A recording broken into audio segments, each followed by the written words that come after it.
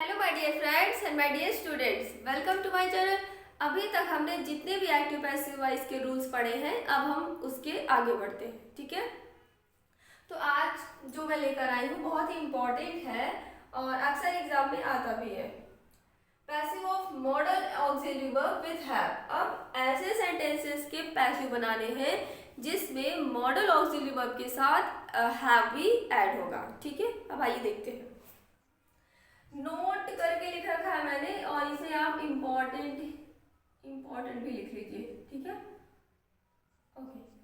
When using have with model auxiliaries, different expressions are expressed by applying the third form of the main verb. अब देखिए, इसका कहने का क्या मतलब है कि जब हम मॉडल ऑक्सिलरी वर्ब के साथ हैव लगाते हैं और उसके साथ मेन वर्ब की थर्ड फॉर्म लगाते हैं, तो इस प्रकार जो सेंटेंसेस बनते हैं वो विभिन्न प्रकार के भावों को व्यक्त करते हैं। अब उस तरीके के जो सेंटेंस बनते हैं उनका पैसिव वॉइस हम किस तरीके से बनाएंगे, देखिए। To convert such sentences into passive voice we can use. अब आप क्या कर सकते हैं, हैव लगाएंगे, बीन लगाएंगे और उसके साथ मेन वर्ब की थर्ड फॉर्म लगाएंगे। एग्जाम्पल्स लिख रखे हैं फॉर बेटर अंडरस्टैंडिंग। ठीक है, देखते हैं, इसको करते जाते हैं। इसे आप ब्रैकेट में कर लीजिए। We should have help the poor man.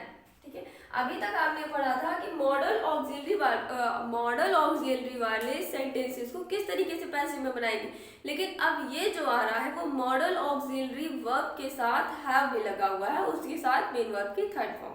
बहुत इजी है, not too hard. We should have help the poor man. क्या करेंगे हम, सब्जेक्ट, सब कुछ पता है, सब्जेक्ट और ऑब्जेक्ट करते हैं, ऑब्जेक्ट को सब्जेक्ट बनाते हैं। तो ठीक है, चलिए करते हैं। हैव बी मेन वर्ब की थर्ड फॉर्म, इतना याद रखिए। The poor man should have been helped by weak object us. The poor man should have been helped by us. इस तरीके से हम इसके पैसिव को बनाएंगे।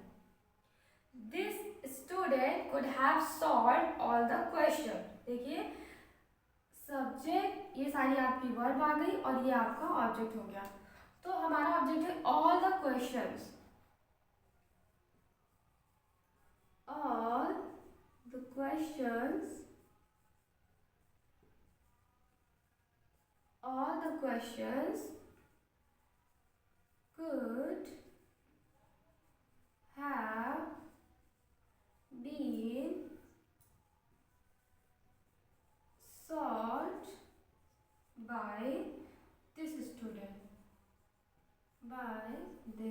student. Next, which girl might have broken the record.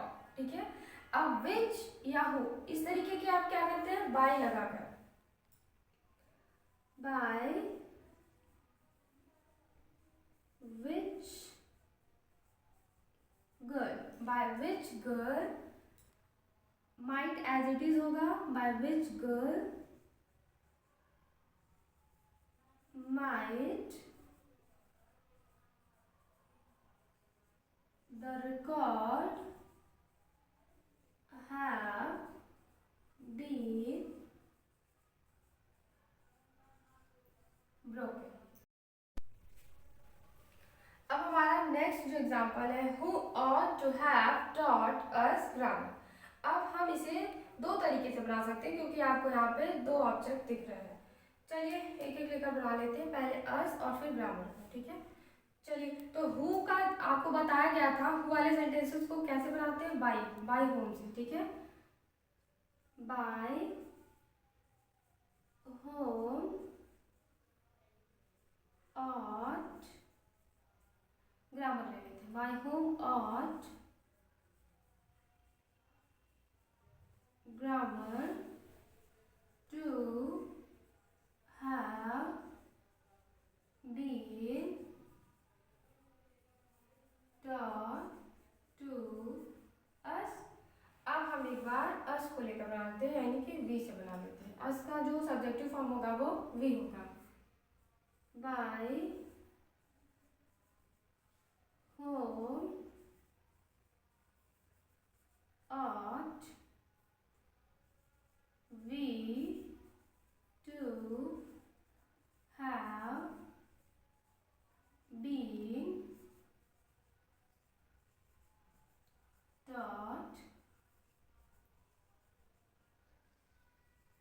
Grammar. देख पा रहे हैं आप कितने इजी तरीके से ये हमारा पैसिव बन पा रहा है। ये मॉडल ऑक्सिलरी वर्ब के साथ हैव का प्रयोग करके जो मेन वर्ब की थर्ड फॉर्म है उसके सेंटेंसेस को बनाया गया है। ठीक है, चलिए काम लोग नोट करिए।